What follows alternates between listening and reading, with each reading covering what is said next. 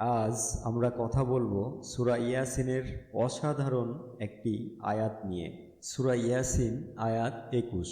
তোমরা অনুসরণ করো তাদের যারা তোমাদের কাছে কোনো প্রতিদান চায় না, আর তারাই সঠিক পথে পরিচালিত। আল্লাহ আমাদেরকে এখানে এক অসাধারণ শিক্ষা দিচ্ছেন।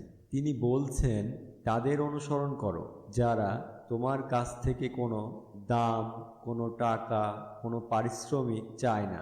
আমরা অনেককেই দেখি ধর্মের নামে ব্যবসা করছে, মানুষের কাছ থেকে টাকা নিচ্ছে, নিজের স্বার্থ হাসিল করছে।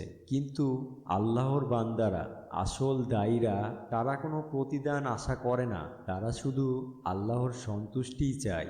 এই আয়াত আমাকে আর আপনাকে মনে করিয়ে দিচ্ছে আমরা কাকে অনুসরণ করছি।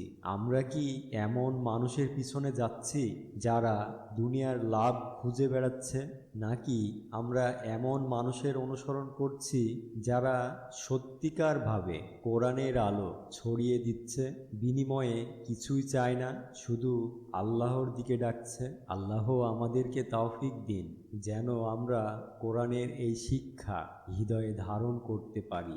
আমরা যেন সর্বদা সেই মানুষের অনুসরণ করি যারা সঠিক পথে আছে, আর যারা আমাদেরকে আল্লাহর দিকে টেনে নিয়ে যায়।